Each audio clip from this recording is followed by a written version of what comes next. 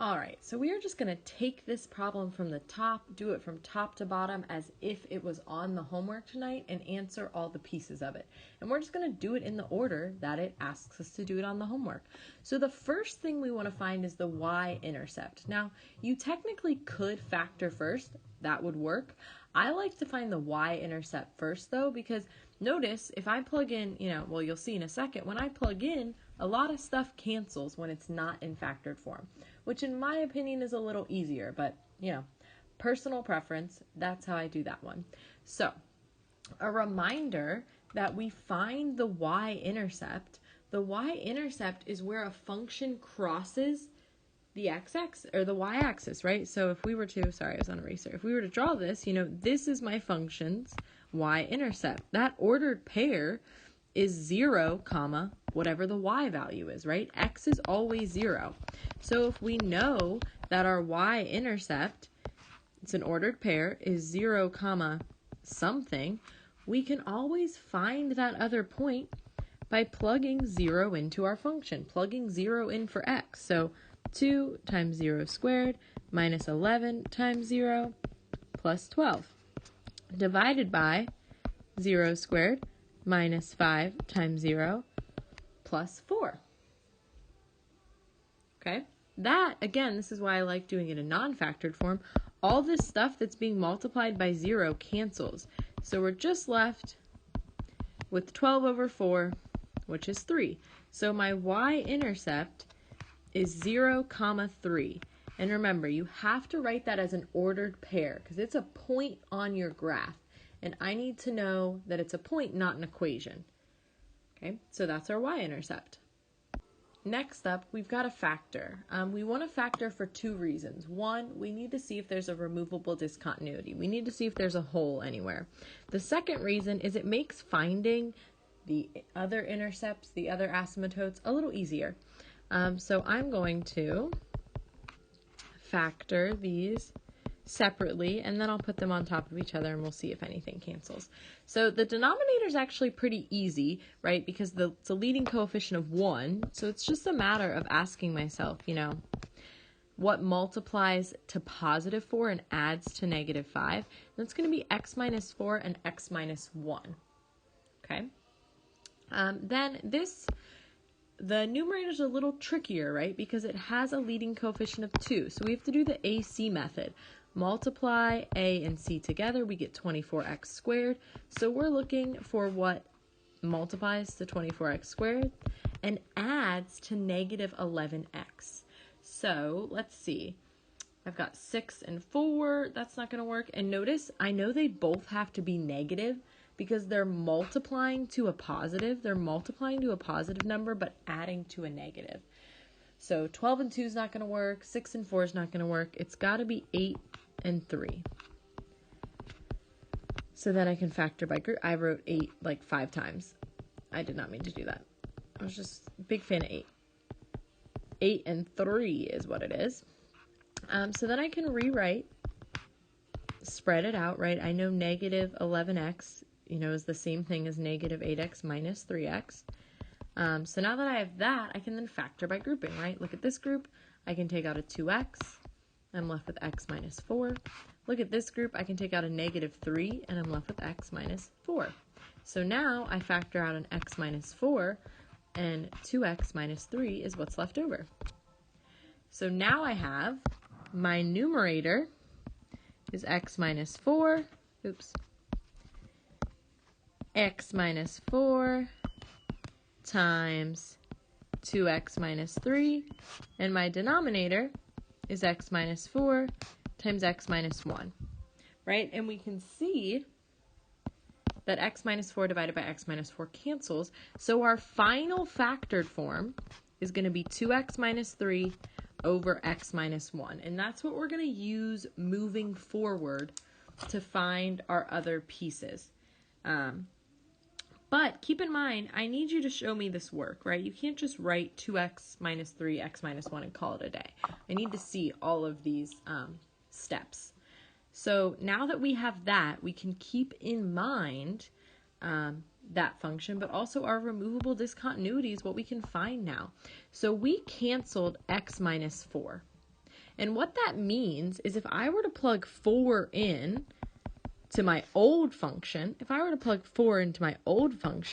well, that would be 2 times 16 minus 44 plus 12 over 16 minus 20 plus 4, and that's going to be 0 over 0, right? That's problematic. When I plug in 4, that's a problem. That gives me alarm bells. So I'm not working with this function anymore. I'm working with the function f of x equals 2x minus 3 over x minus 1. But I can't just pretend like the other, function didn't exist. We still have to take into account that we canceled out the negative 4. And the x minus 4, the way we do that is by finding the point on this new graph where x equals 4 would have been, right? All the other numbers, if we were to plug 5 into this and 5 into this, it'd give us the same answer. If we were to plug 8 into this and 8 into this, it'd give us the same point. Negative 3, it's going to give us the same point.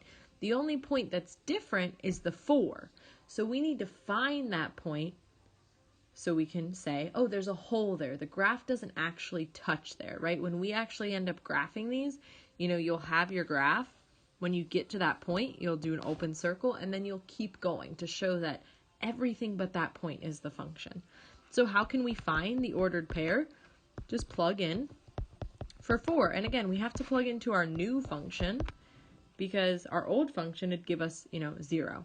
So that gives us 8 minus 3 over 4 minus 1, which is going to be 5 over 3. So now we know our removable discontinuity, which is the same thing as a hole.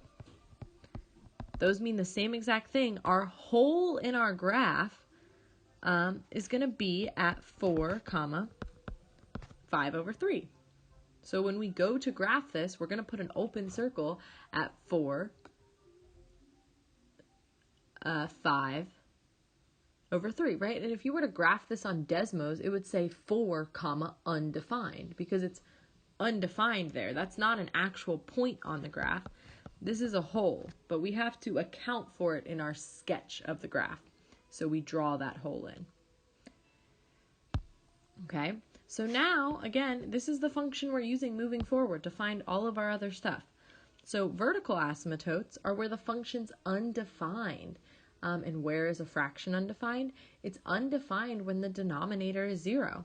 We can't divide by 0. So to find my vertical asymptote, all I do is set my denominator equal to 0. Now in this case, because we canceled things, we only have one number in the denominator, but I want to make sure it's clear that you can have multiple vertical asymptotes. You can have 3, 2, 1. It just depends on how many factors are in the denominator. So say there was something else here. All of these would be vertical asymptotes. You can have multiple. In this case, though, we just have one, and it's at x equals 1. Okay? And asymptotes are a line. It's a line we sketch into our graph, so you've got to make sure that you use, you write it as an equation. All right, then we can find our x-intercepts.